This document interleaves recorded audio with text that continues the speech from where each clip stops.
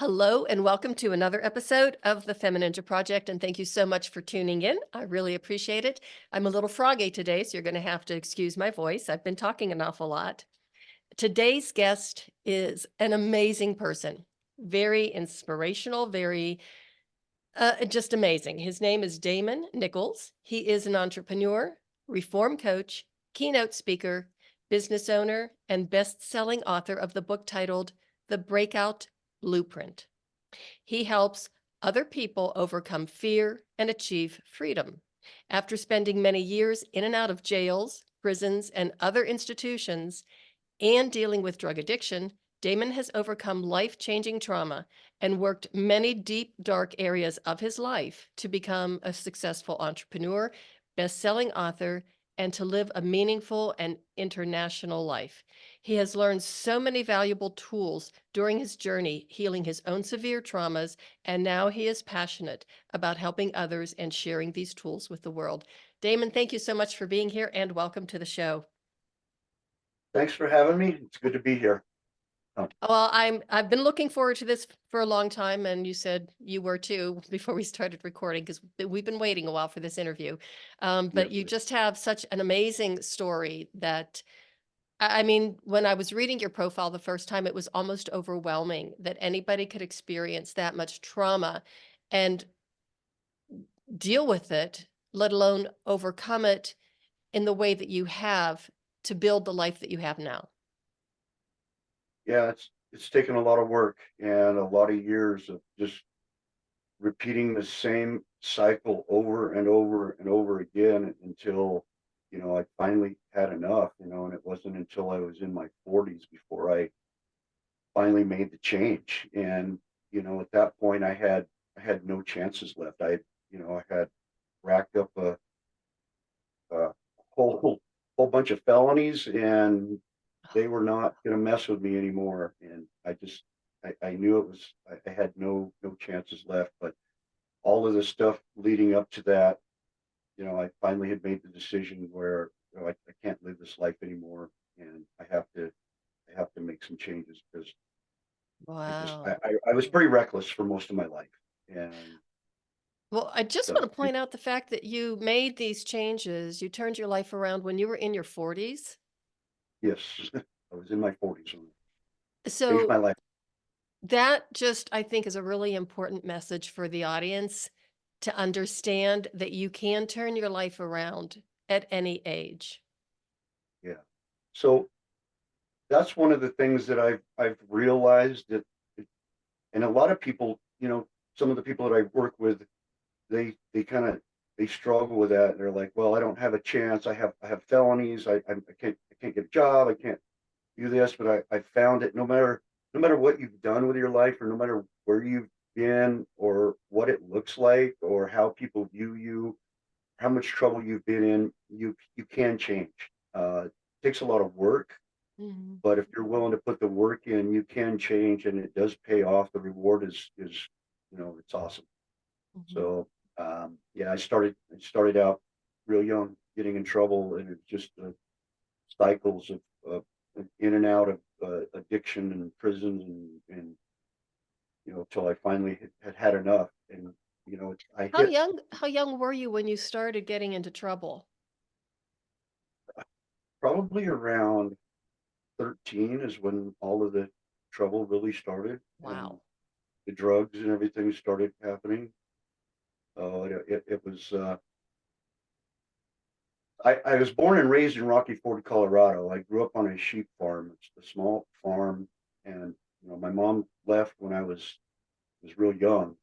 I was about Mm. 5 years old, and it was very very traumatic how she left. The divorce was really messy. She one day took me and my brother and left, and ran off to Spokane. Well, actually, Addie, Washington. So for 9 months, my dad tracked us down and finally found us in an apartment in Spokane, Washington. And it was very messy the way that happened. He came in at 5 o'clock in the morning, and took me and my brother in our underwear and put us in a taxi, and took us back to Colorado. So Wow.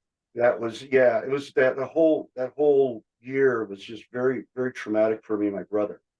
And, my dad was very angry at the situation because my mom and my dad had, they had their share of problems. My mom was an addict and she was dealing with a lot of her own stuff. But at that time, they were going to marriage counseling and ended up having an affair with the marriage counselor. And when my dad found out about it, he found out at work one day and he called home. And I remember the phone call and my mom freaked out and my dad was he was irate. So she grabbed all of what she could grab in the suitcases, called the neighbor and threw us in the car and took off to the airport. We passed my dad on the way to town. And yeah, it's very scary. And I didn't really know what was going on. And then we got on a plane and it took off to Washington. And then we just jumped from school to school and place to place. And we're trying to, stay away from my dad. And I was kind of drug around these different schools. And, I had a three-year-old little brother that I was afraid that something was going to happen to him. And through all of that, it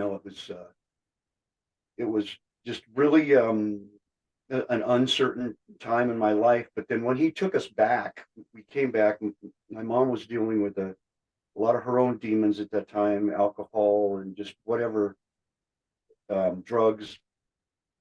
And we came back to stay on this farm, and it's where I spent the next, several years. But it was, several years went by before I saw my mom again. I was probably like 12 years old before I really got to see her again. And then when I went to live with her, and I think I was about 13 or 14 when she lived in Oregon.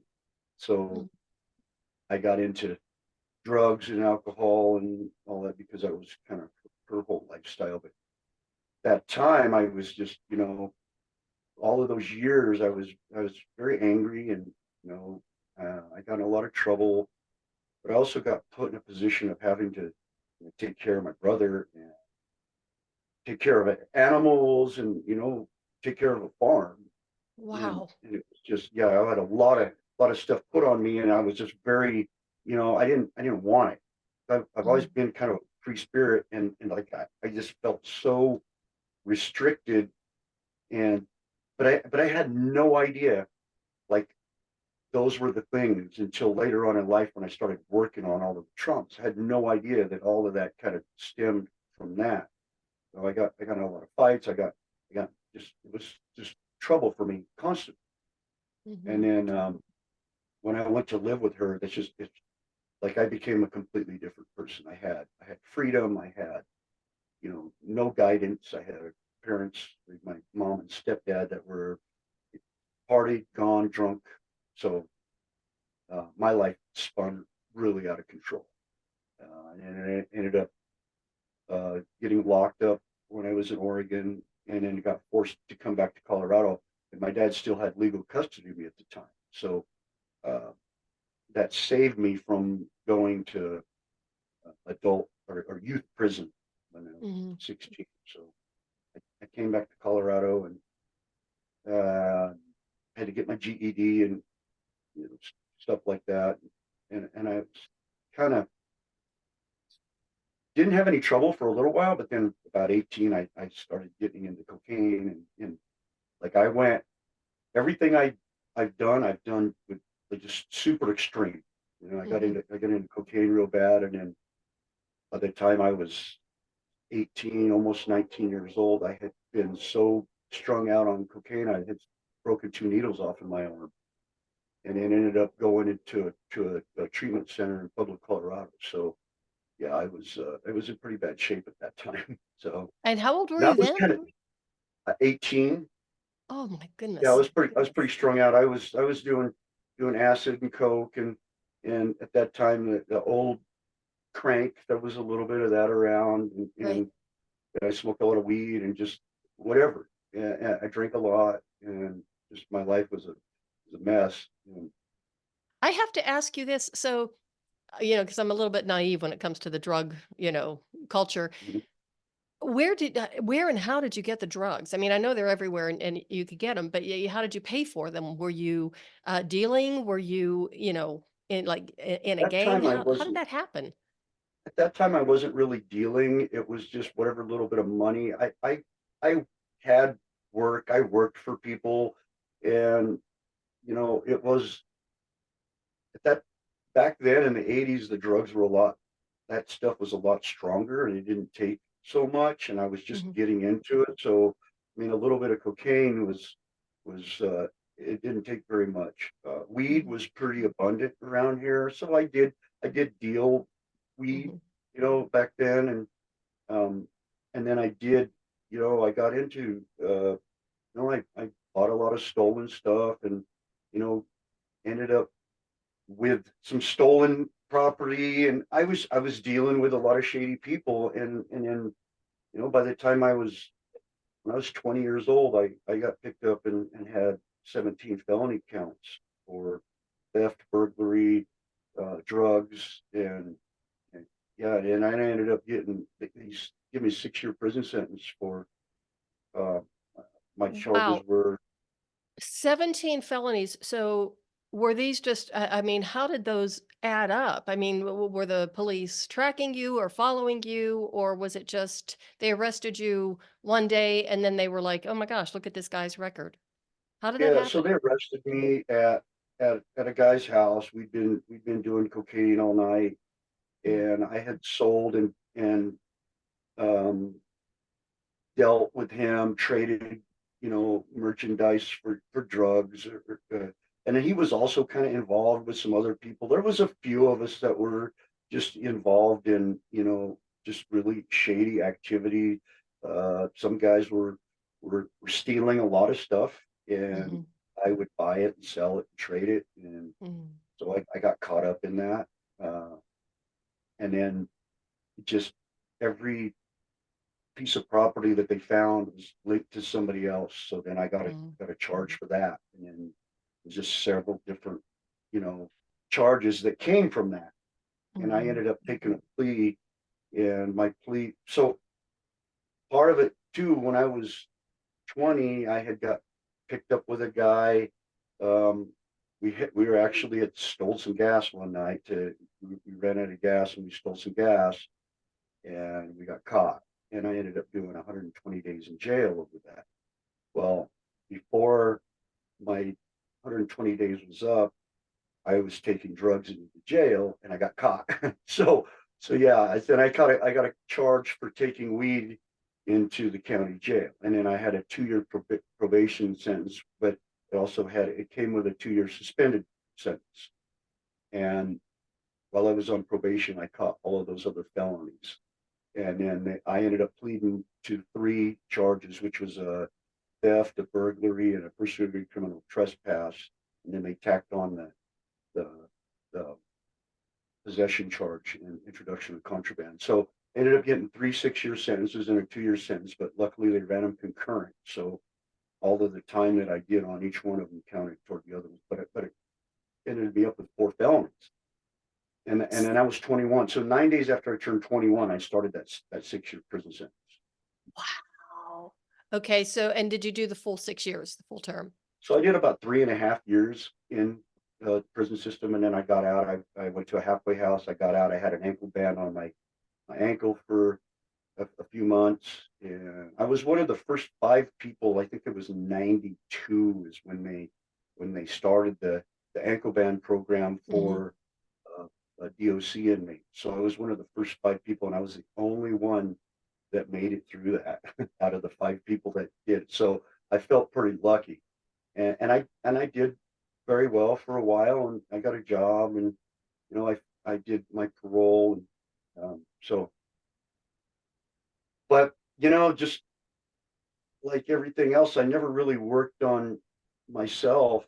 I got clean because of a major consequence, and it was always court system that Mhm. made me, change my ways. It wasn't a Mhm. decision that I made. It was just Mhm. somebody else made the decision for me. So, Mhm. here I'm, doing all right for a while, and I met this woman, and she was, uh, she became my fiance, and we ended up having two kids together. We moved back to Rocky Ford. I was living in Pueblo at the time. We moved back, actually moved to La Junta, and we had two boys, and things were doing all right. I started a business. I bought a backhoe and a construction business, and then I ended up taking on a job, and I got a guy went bankrupt in the middle of this project, and I was $15,000 into this project that I couldn't pay for. So I ended up selling all my stuff, selling my backhoe, selling my business, and I went back to what I knew best, and that was how to, at that point I knew how to deal drugs, and there was more abundant. I knew people that were involved in it, and so it started out with weed, then it got into meth, and then it was just it kind of escalated, and then I spent all my time doing that. At the same time, I figured, you know what, I can learn how to make this stuff. So I went on this journey of learning how to make methamphetamine. So after about 5 or 6 months of trial and error and burning stuff up and catching things on fire, and I finally figured it out. And that was like the biggest mistake that I ever made. One of the biggest mistakes I ever made. So I spent I don't know, a year or so doing that, and it turned into this lifestyle that I couldn't even imagine. And I had this woman and two kids. And Did your wife know what you were doing? yeah, yeah. She knew what I was doing, and she was you know she knew. She met me, right after I got out of prison, and she kind of knew what was going on in my life, and it wasn't. She never tried to stop me, or, I mean, she was kind of part of it, and so whatever I did, she was just there doing it, and I did this because it was what I knew, and at that point, I had gotten so deep into it that I was what I could do. All of these things started happening. I lost my place to live. We were kind of homeless for a while, but I was I was making good money doing it, and I finally got a decent place to live. And I had, for a year or two, I did that, and I didn't hardly sleep, and my life had gotten really out of control, and I was I wanted to make a change. My dad had came to me and said, "Hey, I can get you on at the ditch company, you know, as working with him." And I decided, yes, I don't want to do this anymore. I'll get a job. I got a chance to have a good job. I had some money saved up. I was looking at probably buying a little bit of land, and I was just trying to get clean. And you know, after you know, a year or two of, not sleeping, I would go on these benders for a long time. I'd go days without sleeping, and I was trying to come off of the meth, and one day, and this is where, like, it was a huge life-changing moment. I went to Pueblo. I came back. I had been probably maybe 5 or 6 days clean from meth, but I couldn't hardly stay awake. Mm. And I was coming back from Pueblo one night, and I fell asleep at the wheel, and we went off the road and flipped. Yeah, and both of my boys got injured really bad, and my wife got killed. So that was, you know, uh, that sent me down a path that I could have, you know, I couldn't work. I had just started this job.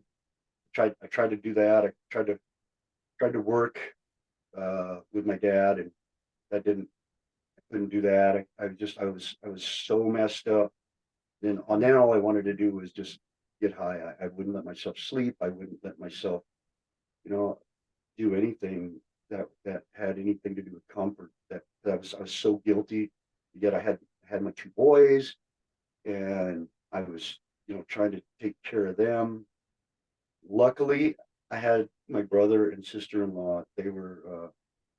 My brother's always been there for me, and he gave me a place to stay because at that time I was getting ready to move, so I had a month to be out of my house. So like here I am, I just lost my wife, I lost my vehicle, I'm all beat up. My kids are recovering from this accident, uh and I'm trying to, get on with my life, but I didn't even really want to live. I wanted to die, but I didn't want to take my own life. But Mhm. I had my kids that kind of kept me from doing that. And so my brother kind of stepped in because I was out of control at that point. I got really really reckless, and I let my kids go and stay with my brother because it was kind of the best thing for him. And I Mhm. just went on this path of just self destruction, and through that, I ended up you know getting another girl pregnant and had another boy.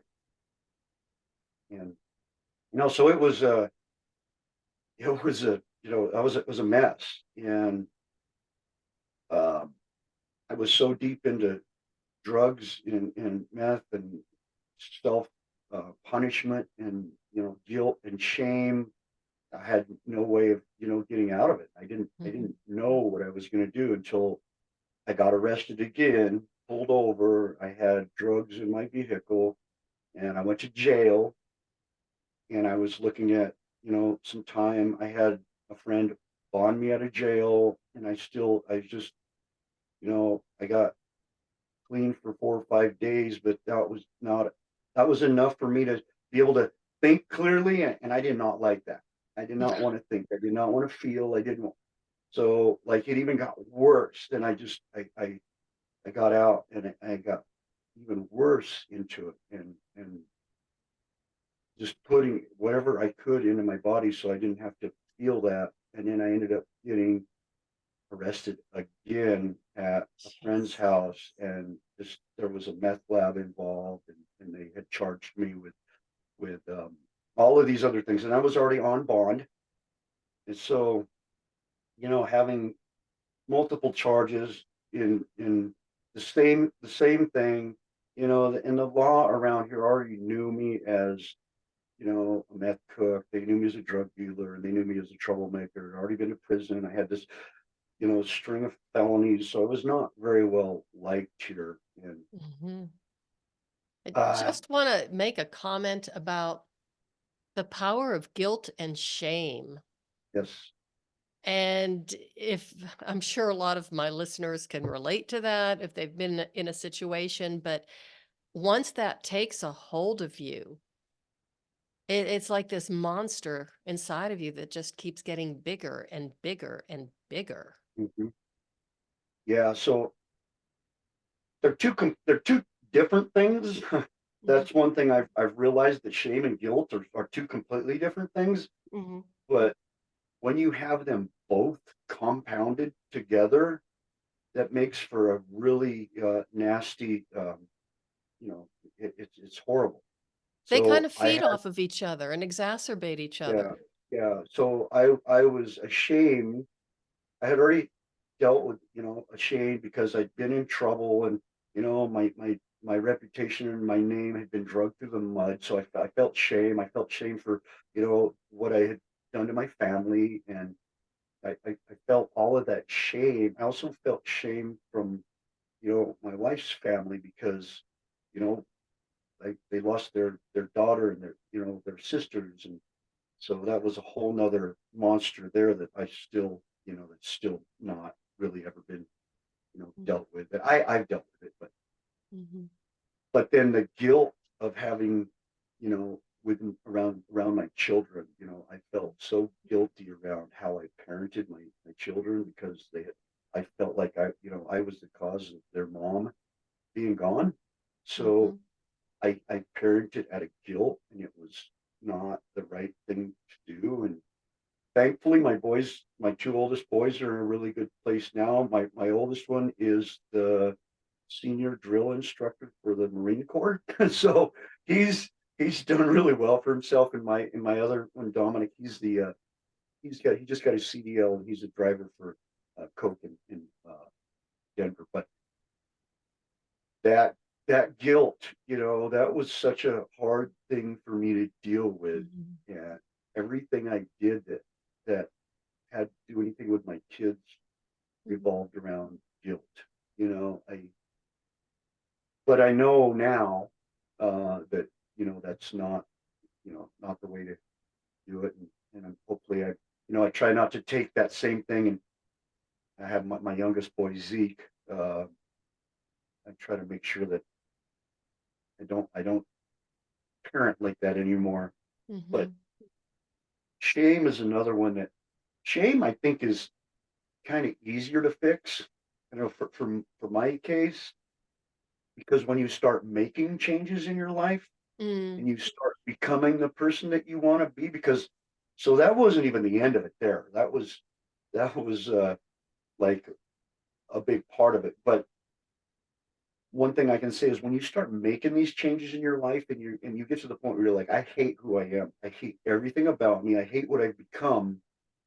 And you decide because you can change it, because that's where I was at. I'm like, I do not like, anything about me. And once I started making those changes, I didn't like the way I looked. I didn't like the way, people perceived me. I didn't like the way I treated people. I didn't like, the way I treated my family, my wife, she's my wife now, Celeste. Mhm. Like all of those things I didn't, but I changed all of that. And once I changed all of that, now I'm not ashamed. The community that I live in, I'm very well liked. I'm honored by a lot of people, and people that I would have at one point in my life just that wouldn't have liked me now are friends with me. Mhm. But it took me. It's crazy because I've all of the different treatment centers and halfway houses and stuff like that, and the programs that I went through.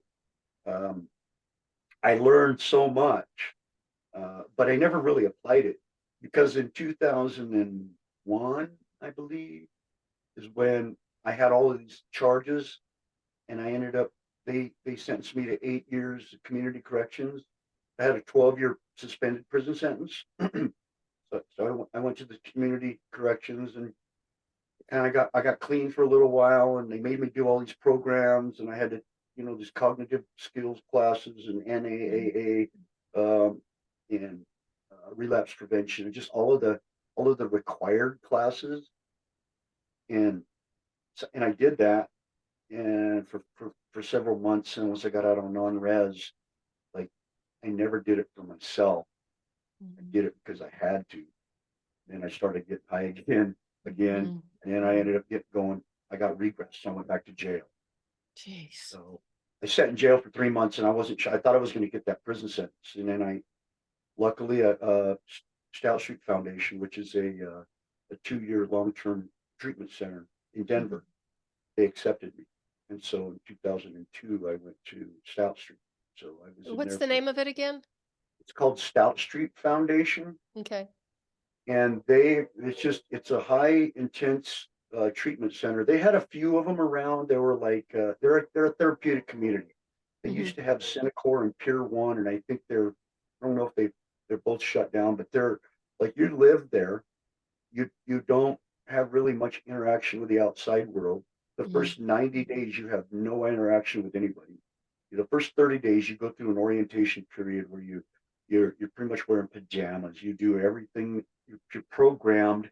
You learn the rules of how to be there, and and then you start working your way through phases. But part of this process is they have these reality therapy games where you indict each other on your behaviors. And 2 nights a week, Tuesdays and Friday nights, they have these games, and you sit in these circles and you bring each other your stuff. Like if so, one person leaves a glass out or something, you would write them an indictment during the week, and you would put it in a box, and then they would go to a game with you, and that indictment would say, you know, you're showing a behavior here that's lack of courtesy or respect, and all of the different things that go with it. Then Mhm. you would bring this person their stuff. And so, yeah, and the whole point was to get this person to see. You would turn this massive, this little thing into this massive thing so they can see, because most people want to project their stuff on somebody else. They don't want to take a look Oh. at their own stuff. They want to minimalize what they do. Well, it's just a glass. Well, no, it's a behavior. It's a Mhm. laziness behavior, and it comes from, you start peeling the layers back. And that's what, so I learned that through that Mhm. process of how to peel back the layers and get to the root of what's Mhm. causing that behavior. But I so it's crazy because I got really good at it, and while I was in that program, I became a game runner, but I also see, and I didn't see it at the time, I see now, or that it was a way for me to avoid looking at my own stuff by getting so deep into this and pointing out everything else from everybody else and becoming so program oriented and knowing the ins and outs of it and all of the technicalities. So I did that, but it was also a way for me to not have to really look at my own stuff. What a At that time, wonderful avoidance technique you developed. I did, and I was really good at it. Yeah. And so what's crazy is, because so I went into this program and I had so much trauma around a car accident. Like, Mm. just, it was such a traumatic experience. And I was full of hatred for myself, and anger, but I also knew that I had at this point, I had 3 boys out there, and I needed to get clean, but I wasn't doing it for myself, like, kinda, Mhm. but I was also forced into it. Mhm. And so I learned all this, and I got clean for a few years. And so and in this process, I met Celeste while we were in the program together, and we Mhm. became friends, and we got to know each other in there. We got to know each other really well, because when you're in a program like that and you're with people 24 hours a day, you get to know everything about them. You know Mhm. all of their ins and outs, and you call them out on everything. And I got really good at not getting called out on stuff, because I'm like, okay, this is how I can avoid this. So I got really good at avoiding people calling me out, avoiding people. I became very likable. I became, when you put yourself in that position, people don't want to, they don't want to call you out on your stuff. You get in basically you get in the car with them, and when you get in the car with somebody, it's hard to call somebody out when you're doing the same thing they're doing, or you're buddy buddy with them. Mhm. So I did that throughout the program. But it wasn't until, like, I got out of the program, and I'd been out for a while. I'd been out clean and sober, and I got thrown out into Denver with a duffel bag, and was like, here you go. I didn't know anybody in Denver. I had a job. I worked at this meat plant, and I got so I went through the program, and as I was in the program, I worked for a couple different companies. I worked for, well, mainly one, Mountain City Meat Company. I went to work for them as a technician, and Mhm. I did all their electrical work and worked on their machines and stuff like that. And it was a really good job for me. So that was the only place I went. I went from there to there, and it was predominantly Hispanic people that worked there. I knew, like, 2 or 3 people, my boss and a couple other people that I worked with, but Mhm. really didn't know any of the other people there. Then I ended up right at the end of the program. Um, they got this called voluntary aftercare. I went into this voluntary aftercare. I had been there like a week. Well, this incident happened with a fire alarm, and I ended up um, getting angry and blowing up on the people for setting this fire alarm off. And the staff did not like that very well. So I was trying to sleep during the day, and they told me, no, you need to go down to the office and talk to these people. And it was crazy, because it was February 4th in the middle of a blizzard. I was in shorts. They took me down to the office, which was, so they have the hotel out off of Quebec and I-70 in Quebec. There's a hotel out Okay. there right next to the Sapp Brothers. Yeah. That's the Stout Street Foundation. That's where I was staying. But then they had their main office, which was downtown on like 16th and Vine, or 16th and Colfax, right off of Oh, wow. Colfax and Vine. So I went down there, and basically they told me at that time, you blew up on some people, and we need you to come back to the program indefinitely. Well, by then I already got a paycheck. I was, I'd seen my boys one time, and I was like, no, I'm not going to go back to the program. So I took the chance. I knew I had been sentenced there. Then I left, and they told me, well, we're not going to give you a ride back. You need to go back and get your stuff. So I ended up calling a cab in the middle of a blizzard. I walked down to it was a 7-Eleven there on Josephine and York. I walked down there in shorts in a blizzard. I called a cab, and then they took me to the hotel by the Sapp Brothers. The cab did, and they had my stuff waiting for me in the lobby. And I got my stuff, and I had nowhere to go. So I didn't know what I was going to do at that point. I didn't know anybody in Denver. I didn't know my way around, but I had a job at this meat plant in Commerce City, off of like Monaco and Holly and Monaco and I Okay. said. So Yeah. that was where I went, and I slept in the electrical room because it was warm for like 2 or 3 days. And I worked nights, and I would sleep there during the day until my boss came in and saw me there one day. And he's like, "What are you doing?" I'm like, "I don't even know. I don't have nowhere to go. I don't know what I'm going to do with my life. I just got thrown out of this treatment center, and this is the only place I got to go." So he let me come stay with him for a while, and that was kind of where I started out in Denver, and I had about $250 in my pocket and no place to go. He let me stay in his basement for a while. Oh, what a And wonderful guy. yeah, he was great. I haven't seen him for many years, but his name's Ross Monroe, and he really helped me out. But I continued to work there, and um, then I got with Celeste. I met her in an NA meeting, and then we ended up getting together, and we were together for you know like 5 years before we ended up finally we got married, and we had Zeke in 2009, and then at that point, I lost that job because they laid me off. They went through the company shut down, and I went to work for a couple other different companies, and none of it worked out very well for me. I had a lot of problems, and I worked somewhere for a while, and then I lost this job for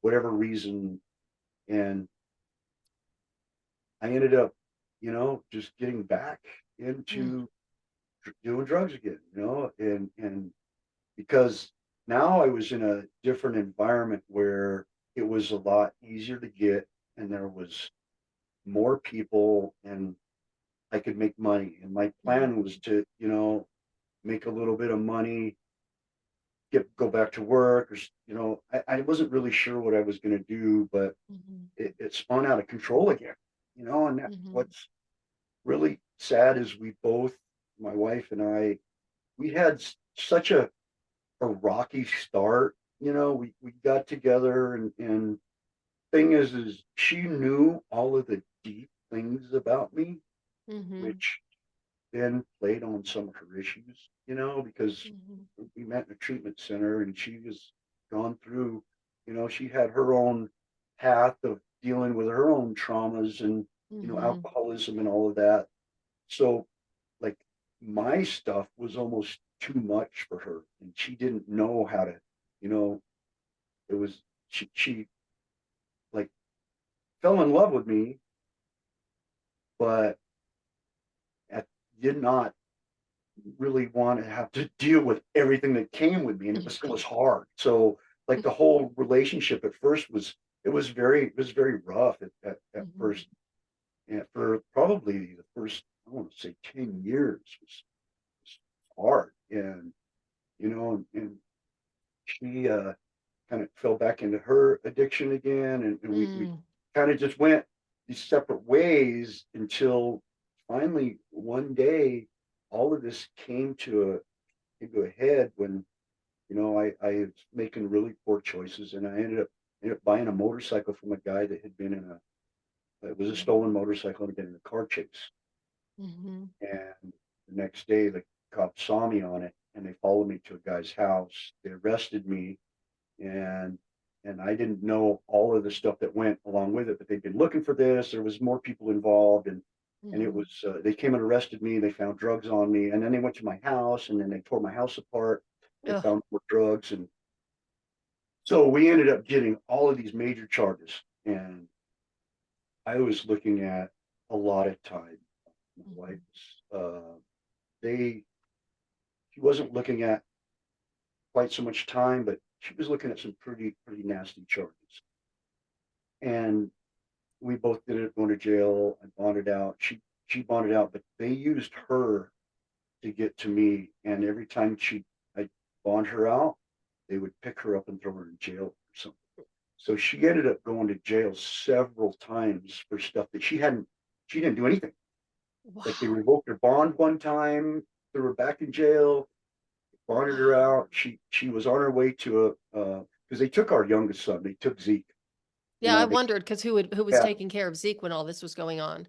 So her mom was taking care of Zeke, and that was a pretty traumatic deal too. So there's a whole lot that goes with that, but I'm going to kind of skip over some of that. But her mom was watching him, and we were we had to be out of our house. It was our house was completely destroyed. I mean, but I had an auto theft ring that was involved that I had no idea about. So they thought I was part of this big auto theft ring, but I also had this huge, track record of, you know, already, I had a bunch of felonies. I already had five at that time. I had five felonies.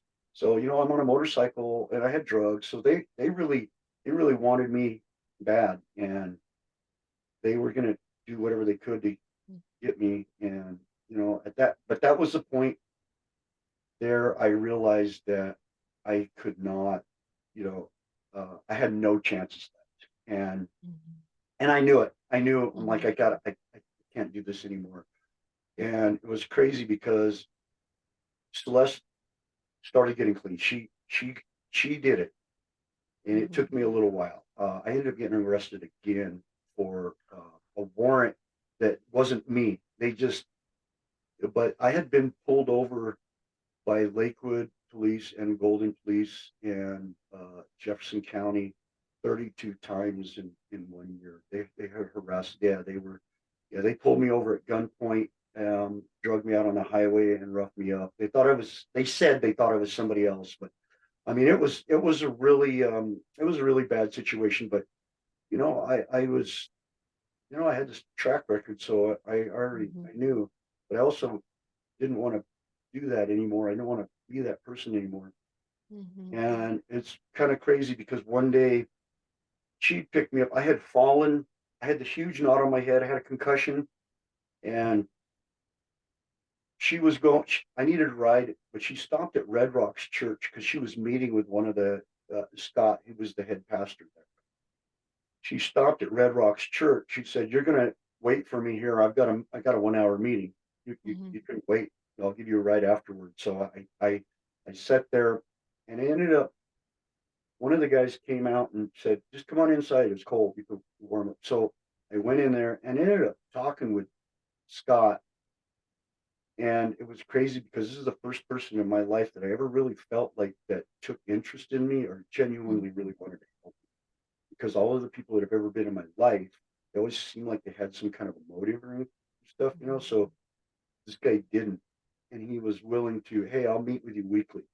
I was like, "Well, I don't know if I want to do that." He said, "Just come back.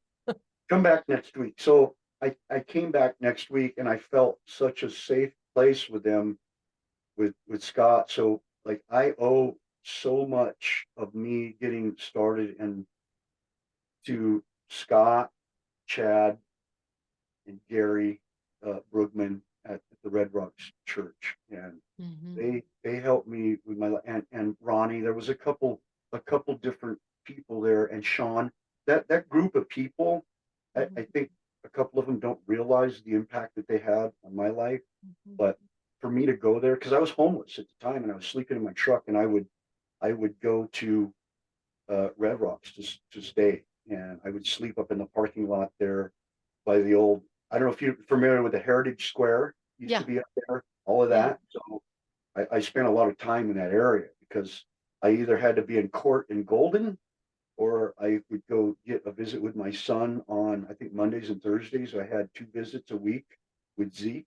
So I didn't go very far from them because I was, you know, I didn't have a job, I didn't have any money. I was always had to go to court. And so I stayed in that church parking lot, but I also, the only money that I at the time come up with was what I could get. I would scrap out of these dumpsters at some of the Denver Tech Center. I mean, the Coors Tech Center. Like there Mhm. was a lot of. I found like dumpsters and stuff that they would throw um, wire and metal and stuff. So like for one winter, that I survived on what I could scrap out of dumpsters from the Coors Tech Center. And Mhm. so that's all of the money that I made was that. And so I stayed in that area real close just because, you know, that was my life at the time. And I was, getting clean. I also knew that I could not go anywhere where I knew anybody, because, and that was so hard. I pretty much lived in the King Supers parking lot, in the Heritage Square parking lot, and in like Apex Trail parking lot in that area. Jeez. So, but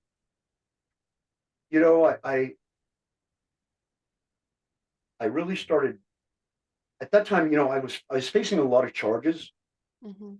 and my I went through 3 different lawyers, and one of the lawyers, she told me, she was like, "I will defend you, but you need to make some major changes in your life." And I was like, I already want to make changes in my life. I hate who I am. I hate what I've become. I hate Mhm. what I've done to my family. But I also knew that I could, something in my mind told me that I could have it all back. And Mhm. I just, I really became intentional on going to different meetings, finding people, working with Mhm. people, doing the work that it took to stay clean and sober. Um, Mhm. I went to a couple different parenting classes, marriage classes. We started taking like all of these different things, and I started doing it because I wanted to. I want Mhm. to make my marriage better. I don't like the fact that my wife hates me, and I don't like Mhm. the fact that she's angry with me. I don't like the fact, I don't like Mhm. how I've made her feel. I don't like Mhm. what I've done to my kids. And so I want to change that. And I think that was the change in my heart. It's like I don't want that anymore. And Mhm. it's not because, I was forced on Mhm. one side because I had all these felonies that I was dealing with, Mhm. but at the same time, like I wanted to do it out of my own heart. I don't want to be this person anymore. And I also realized I need to reinvent who I am completely. Like I don't, Mhm. and that meant I don't want to work for anybody. I got enough smarts and Mhm. intelligence. I want to start my own business. I Mhm. want to be independent, and I don't want to be looked at as this, you ex-con, Mhm. derelict, knucklehead, drug addict, drug dealer that's done nothing but spend his whole adult life in trouble. Mhm. Once I made those changes and realized that, um, that's what I that was the goal, and I put 100% of focus on all of that. And as I started getting a clearer head, um, Mhm. I started focusing on all of those things that were important in building that relationship back with my wife. And because there was a point where, I had, um, with some infidelity in our relationship. Mhm. um, um, Mhm. and that's probably one of my biggest regrets, even Mhm. though like now I look back on that. I I did that because I felt hurt. I felt so hurt by what I felt what she did. But I Mhm. also realized that snowball effect that she did what she did because of the way I would. So it's like that's the cycle Mhm. that I decided, I'm going to break that cycle Mhm. and I want to become intentional on like I'm going to work on myself no matter what you do or what you say to me. I have to look at how does that pertain to me and Mhm. and and it was hard to look at. There's so many Mhm. things that are hard to look at, and even now I have to really look at everything and what part I play in it. And like everybody, it doesn't matter what it is. And usually, for I just have to say, for guys out there, if you're having problems with your woman, if you're not liking the way the relationship's going, or uh, you need to change something. You Mhm. know that's I can't stress that enough. Is you need to change something as the man, and don't ask your wife to change anything because if you Mhm. change, she will change. And I find it very compelling that with all of the intervention, let's just put it to you that way, that you had along the way and tried to get clean, and sober and everything. And it just speaks a lot to the seductive pull of the drugs and how it just kind of keeps pulling people back in. But the other thing that I think is a really important point, especially to make for the listeners, is that you couldn't change. You had to go through all of these programs because you had to do it, you were forced to do it. But when it was your decision that you wanted to change, that's when you turned your life around. yeah, that's big. When you decide that you don't want to be in that place anymore, that's what it took for me. That was that decision to change. And um, so many different doors opened for me that Mhm, I couldn't even imagine. And now, um, so yeah, now now like all of that, hearing all of that was like that was the whirlwind, the tornado of disaster that I drug with me for so many years. And but now I'm on this other side of it where once I started intentionally becoming the best person that I could in every mhm, way I could, because I never had those intentions. I didn't want to be the best person I could. Now I like strive to do that, and mhm, that meant my health because I had realized that my health was mhm, so bad. I just did let myself go once I really started working on my health. But being intentional and looking at what fault do I play in every everything, everything I mhm, do, every interaction that I have, every negative outcome, mhm, like I had a part in that, or how does that what's the reflection of you know what happened to me as a child, or along the way. Um, so I started developing this, a different belief system. And mhm, one of the things I realized is we have these gatekeepers that mhm, have been put on us, and everybody has them.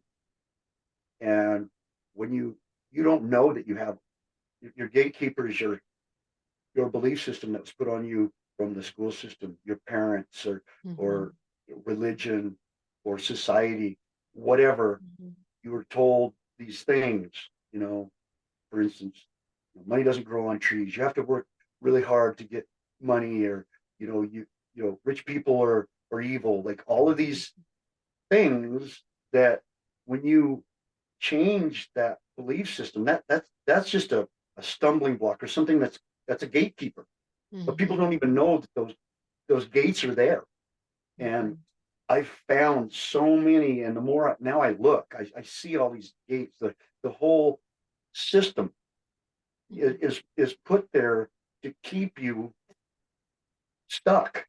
And mhm, when you change the belief system, do you believe you're worth money? Do you believe you're worth success? Because I never believed I was worth success until I mhm, started becoming better. And mhm. becoming successful, and I figured out how to start a business, Mhm. and then I got into real estate, and everybody told me, oh, you can't do this, or you need to do this. And one of the things that I was told, and it's kind of a common belief system, because I've been going to and speaking at one of the prisons here in Mhm. Colorado. And so a lot of these guys, they don't, they think, oh, I have felonies, I'll never be able to go out and get a job. I won't. And to some point that's true. It's hard to rent an apartment. It's hard to get a job, but I've found that, like, you're stuck to believing that's what you have to do. Mhm. But when you can realize that I don't have to go out and get a job, I can start my own business. I Mhm. can get money. I I can create a business that's not that doesn't involve my background. Mhm. I can go get a license. It's not hard to get licensed for certain things. Mhm. And I can take a skill that I learned and work in a commercial industry or an Mhm. industrial industry that doesn't require those kind of background checks. Mm. Like, I figured all of that stuff out. I'm like, okay, Mhm. I can go out and do all this. Doesn't matter how many. I have 8 felonies. Doesn't matter. Mhm. Like, I can vote. I have a passport. I travel to other countries. Mhm. I buy and sell real estate. Mhm. I own a few different businesses. I can get jobs doing whatever. I don't do that anymore. But I went through this whole process of finding, um, learning how to get leads for work. Mhm. So, and that's Mhm. part of what I'll be teaching in my course, is how to do that. So I've learned all this, but as I started finding people and learning, what are they doing to become successful, Mhm. and following that. One of the things I have realized with people that are very successful, especially most people that came from nothing and Mhm. have a lot of money and been very, successful, they're really willing to show you and help you. They want to Mhm. help. Like, Mhm. I and then I started getting introduced into these mastermind groups in these rooms. And the first one I went to it was mind blowing. It was a real estate seminar. And that I really encourage anybody to go to any kind of a seminar or a group or Mhm. mastermind or meetup or whatever, because you'll learn so much, and it sets you on a higher vibration. And when you have that, you know, like, that's just those are little building blocks in becoming Mhm. a better person. But as I So started, I want to ask you, when did you decide that it was time to start teaching other people and working with other people? so probably, okay, so I knew through all of my experience that I wanted to write a book, and that's Breakout Blueprint. I didn't Stop for know. just a minute because I'm going to ask you another question about that. Okay, I'm going back in time of okay, something that you said at the beginning of the interview that you actually, you never finished high school. You went back and got your GED. yes, So, especially for those the people who are listening, that you don't have to have like a college degree or a degree in writing or a degree in creative writing, or one of my friends actually has her master's degree in creative writing and has never done anything with it.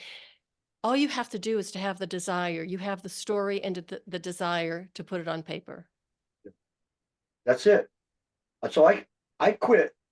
I dropped out of high school at 16 years old, and one of my requirements of probation was that I had to go get my GED.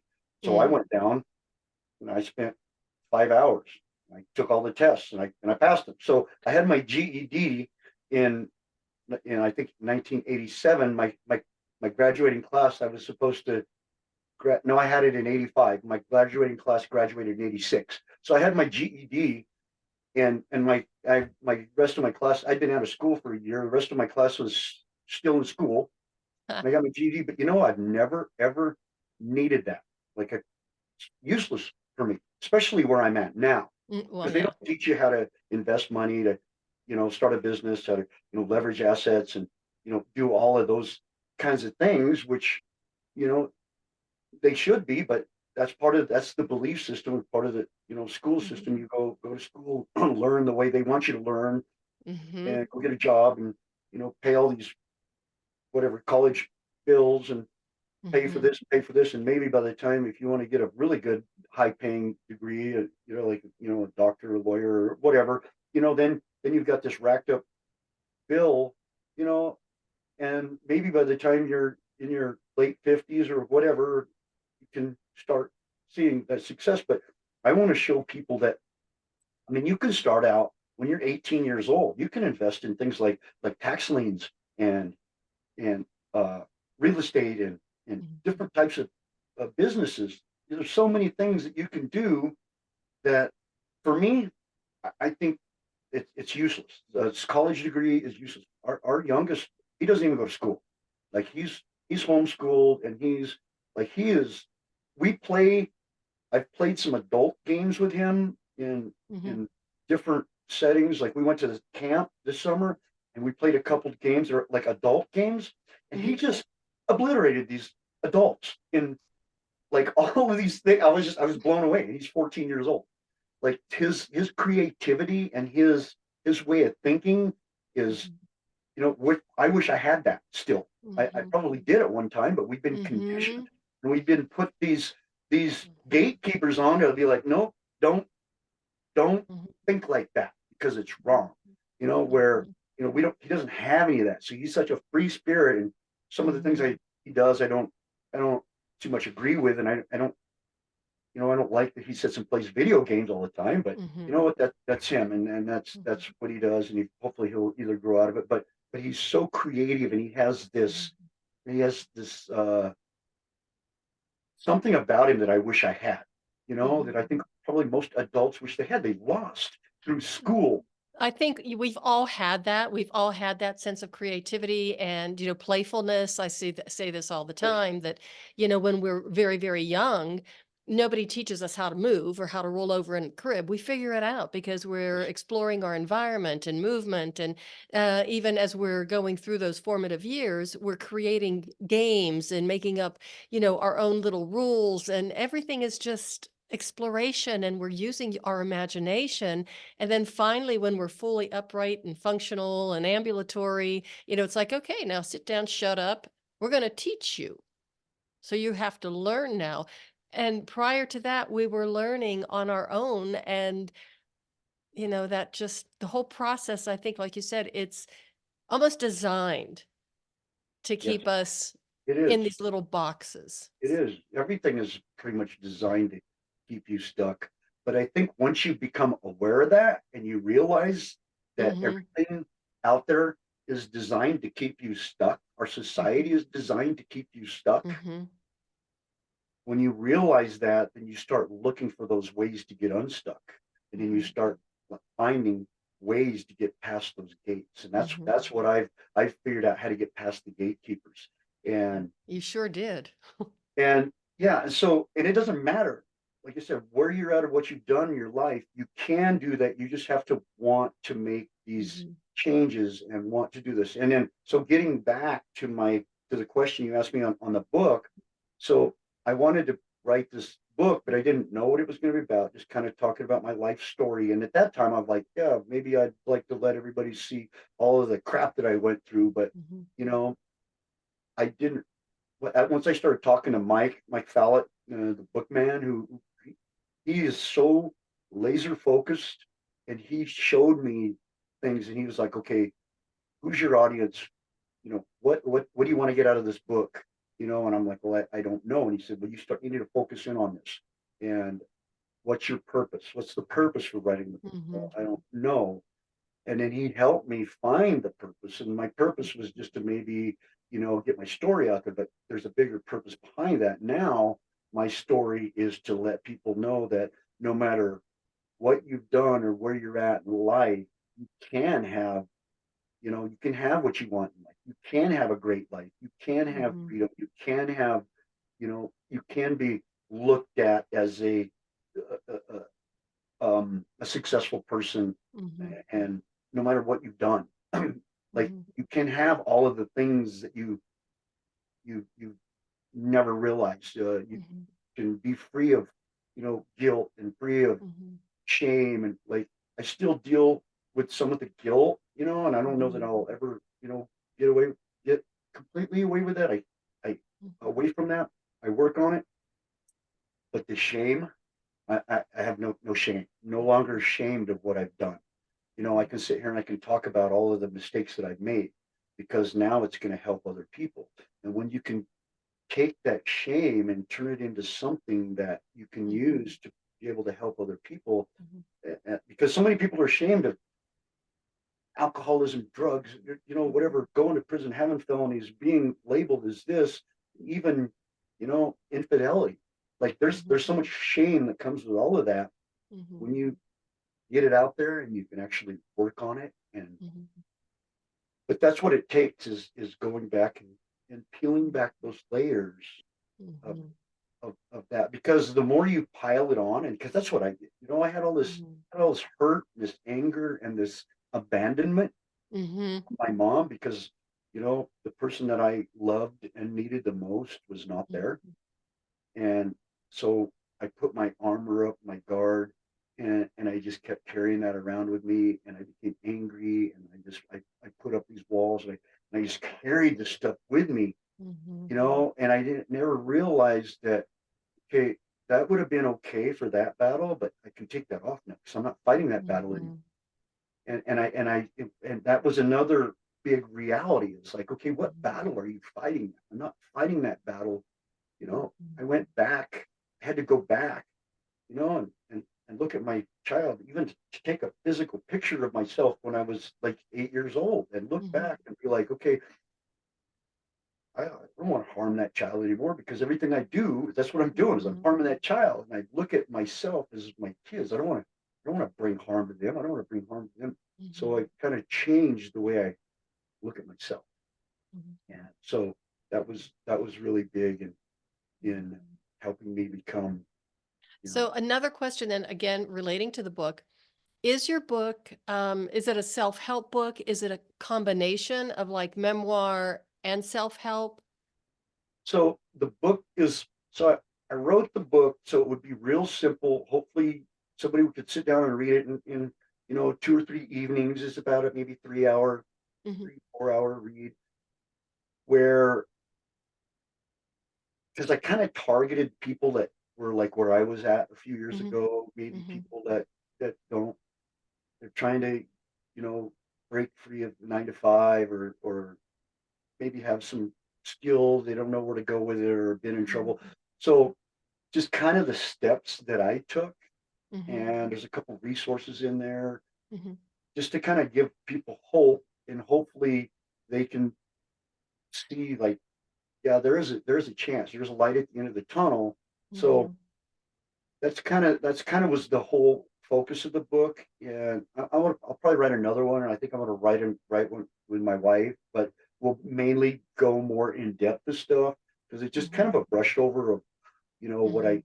what I did, and but mainly like the need to change, and Mhm. that's what's your need to change, and then kind of the steps I took through Mhm. that.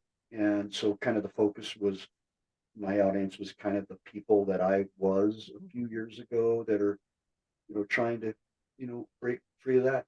But Mhm. it's crazy because all of the work that I've done, and learning how to go back and heal the Mhm. traumas, because you could just start peeling back layers and peeling Right. back layers and looking back, like, what was your childhood like? For me, it was huge, blatantly out there where my traumas come from. But other Mhm. people, not so much. I'm working with people right now, Mhm. that are like, oh, my childhood was good. I had both my parents. I did good in school. Well, as they start digging deeper, like, how many diapers did you have to change as a brother? What did you have to be? Who did you have to be to receive love? What Mhm. what did love look like for you? Start asking these questions and peeling it back, and they're like, oh wow, like, Mhm. I had all this. I didn't realize that I had, you know, Mhm. I got put in a position of having to take care of a younger brother that I didn't want to, like all of these different things, self worth, like, just Mhm. like peeling back that. But you have to, you know, depends on how much crap you've piled on. I worked on the big crap that I had piled on, Mhm. and I realized once I got to go back and start healing all the stuff around my Mhm. mom, my parents, and I so had to smile when you were talking about, you're gonna write another book, and because it's like writing a book is kinda like potato chips, you can't stop at just yeah, one, and people love stories. So I think, your breakout, blueprint is great, the how-to, but to get to the other, like the stories behind it, people can really relate to that. yeah, and that's yeah. I put a few stories in there, but there's so much, and Mhm. you know, Yeah, like right, yeah, there is a lot. even trying to define my target audience, and that's why like I'm putting out a course now that's going to help people that are like maybe getting out of jail or have dealt with Mhm, felonies um or don't even know how to go from working a regular job. It's going to show them how to start their LLC, set up their company, mhm, go out and get funding, um mhm, like enough to get started, finding the resources where they can have work coming in on a regular basis mhm. in their company, and then probably get into real estate and tax liens, because tax liens is probably one of the best places to put your money. Then they don't tell you that. I mean, you could put your money in tax liens, and in Colorado, you're making 12% interest on your money. Nowhere you're going to get. You could potentially go borrow money from the bank for 8% in 9, whatever the interest Yeah, rate is now, maybe 10, 9 or something, and then turn around and put it in a tax liens for 12% interest. And then your money's safe, or you either get your money back with interest or you own the property. So yeah. What's it called? tax liens, Oh, tax okay. liens and deeds, yeah, you're buying basically delinquent taxes. And I've done a lot of that over the last few years, and it's Wow. not a lot of people know much about that, and so like you start buying in other states that pay really high interest rates. Like some states paying 24, 36%. Wow. Sorry, I'm sorry. I thought I had it, but you start putting your money into things like that, then you can really make a lot of interest money. And Oh, when you yeah. start young, you start like take your paper route money or your whatever, your dishwasher money or your McDonald's money. You start buying these tax lien certificates for a few $100 Wow. or whatever. Then you just set on them for a Mhm. little while, and if a person starts at 18 years old and starts doing that, by the time you're 21, 22 years old, you could be owning properties. Wow. And so a lot of people, they don't know that, but if you have a little bit of focus when you're Mhm. younger and you want to start out investing, there's ways. It's another thing that they don't want us to know about, Yeah, right? they don't want you to know. Put your money in something. They want you to put your money in the bank, because the Right. bank pays you what, 0.5%, one Yeah, maybe, for yeah. CDs or whatever, and then they give you a little dum dum sucker. So And boy, there's a little double entendre there, right? yeah, and so I mean, and that's it. Put your money here. We'll give you this, but then we're going to loan your money out at 8, 9% interest, Right, 10 right. times for whatever. Jeez. You got $1 million in here. We're gonna loan 10 million of it out at 9% interest, and we're gonna pay you a 0.5%. Like it's just, but I people, know. they don't understand that. But when you start putting money into tax liens, they're very Mhm, safe.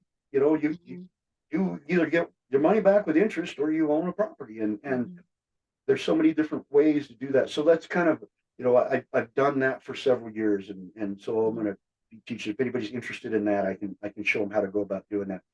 mhm, Also, in the real estate, how to go about finding a deal and putting the deal together, all of the mhm, contract work, and the whole rehab mhm, process to flipping, the whole flip process from A to Z.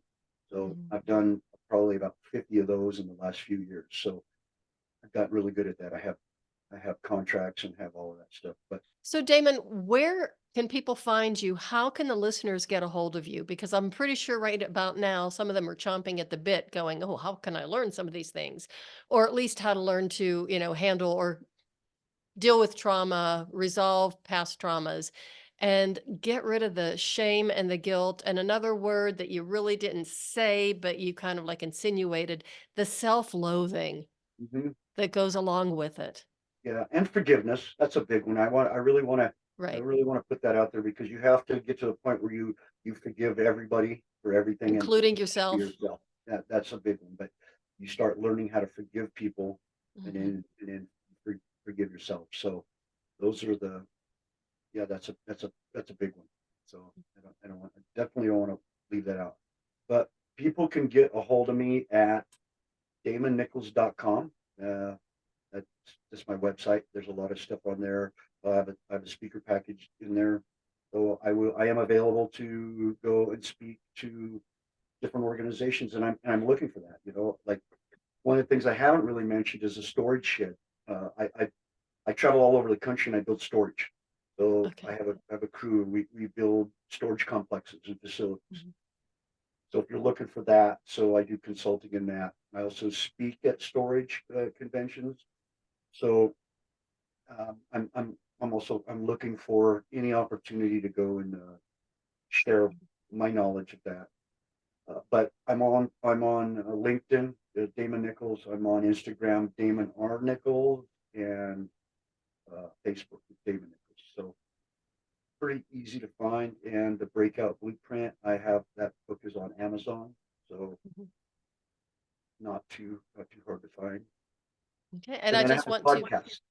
oh, you I have do have a a podcast. podcast. Yes, it's called the Breakout Podcast too. I've only had a Okay. couple episodes out, but I'm going to be firing that up. And I've been on several other podcasts, so I'll be on whatever Spotify, Apple, any of the podcast platforms. Mhm.